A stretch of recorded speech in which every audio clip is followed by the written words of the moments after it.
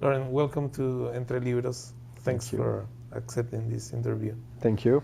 In your recent novel, you fictionalize special characters, philosophers, thinkers, theorists, well, kind of writers too, right? What was your intention? Were you looking for a special kind of reader, maybe, or not? Oh, not at all. No, I wanted to make a kind of a tale about a time maybe I have a kind of nostalgia about, you know, like the time of great French philosophers, you know, and I think those, because they were important to me as a teacher, as a writer, as a man, you know, like they helped me to be more clever. And I think now today in France we don't have such people, but at the same time they were not only philosophers, thinkers, they were men and human beings. Yeah, human beings, and they were funny in a way, you know. I have a lot of admiration for them, but at the same time I think they were funny and they had a funny life, and I wanted to show that.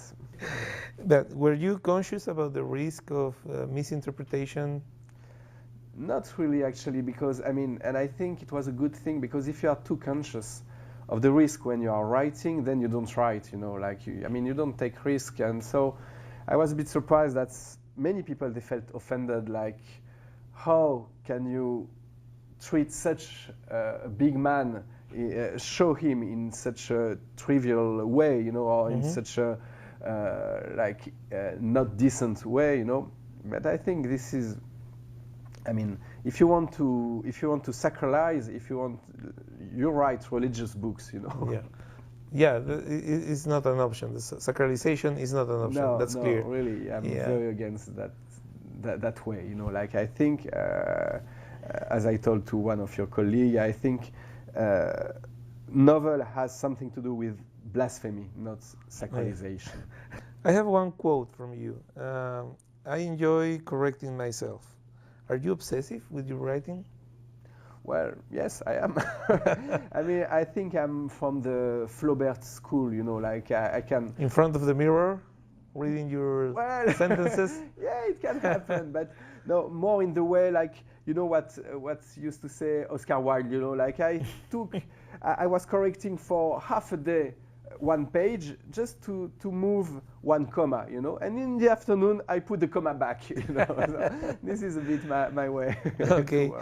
And is HhHH your most ambitious novel? No, I think my most ambitious was the last one, the seventh function of language, because it was much more difficult, because HhHH, it was a history novel, and I wanted really to stick to the historical truth, you know. And so it was hard to find out what is true, what is not true, you know, but in a way I didn't have to build the story, you know. The story was before me, you know, like the story was history, and so I just had to find out what were the real facts, you know, like to make a kind of fact-checking work, you know, which took me a long time, because I spent 10 years writing that book, you know, but it was not that I made a lot of research, but it was not that technical, you know, like not that as difficult as building dialogues between Derrida and Foucault, for instance. That were, I mean, those guys, they were so smart, you know, like if I wanted to make them real, I had to be good. You know? Yeah, and you need to separate, you know, the historical facts with what. So the question is, what I'm going to add now. Exactly. I mean, I had to build a plot, you know, to build a plot. So I in a way, I didn't need any imagination for HhHH. You know, I just needed to be accurate, like, you know, and to discover what happened. You know, good sources. Yeah. Basically. So with the last book, with my new book, la septième fonction du langage, I really had to create, you know, I mean, to make a creative work, you know. So that was harder, you know. Like, I needed imagination. You know? Yeah, absolutely. You made a difference between historical novel and historical fiction. Yeah, sure. Why? I mean, What is the... Because a novel doesn't have to be a fiction. I think American, they have that class or category called non-fiction novel. You know, like in True Blood by Truman Capote. You know, it is a novel, but everything is true. You know, it's an investigation about some event, some crime which happened. You know, so novel doesn't mean always fiction. You know, so what I did with HhHH can be categorized in non-fiction novel, you know, like kind of non-fiction novel, which means there is no. It's a non-fiction work, you know. But I wanted you read it as a novel, you know, except everything is true. When I read the book, maybe I'm wrong, but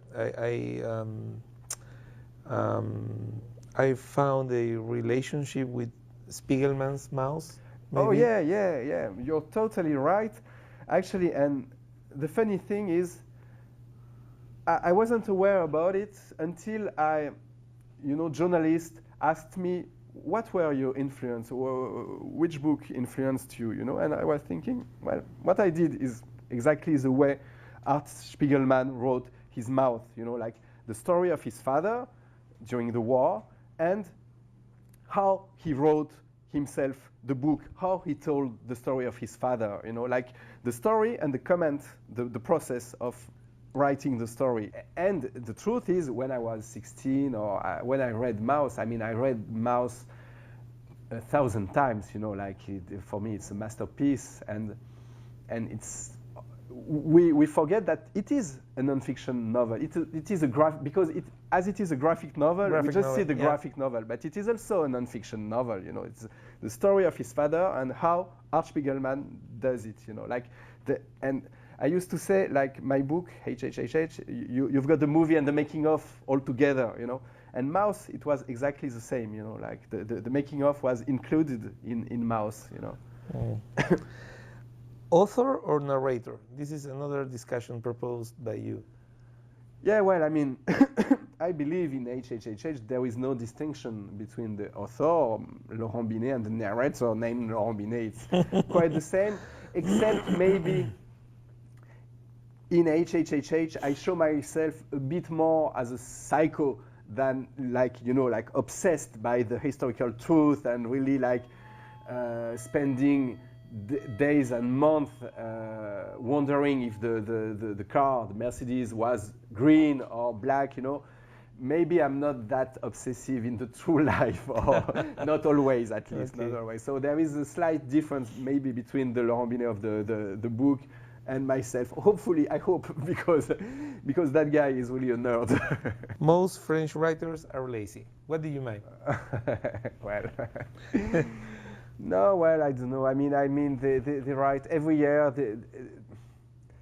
Not all of them, of course. I mean, some of them I like very much, but many of them they write a book every year, one book.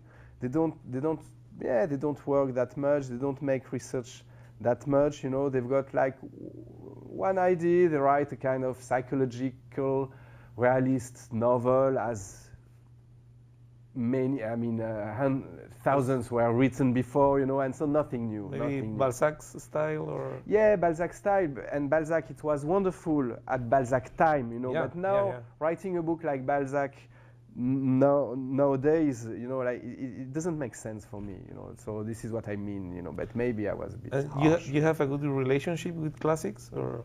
Yeah, classics, as classics, you know, like, but novel imitating classic today, I don't like, you know. Is writing a form of happiness for you? Yes, it is. Yeah, it is, like, but that kind of happiness which needs work, you know. So, I mean, like, I can sometimes I know I should write to feel good, and I spend my day on internet, you know, and I feel not that good, you know, but just because I'm lazy too. The truth is, I'm lazy too, you know. Okay. Thank you so much, Laurent. Thank you.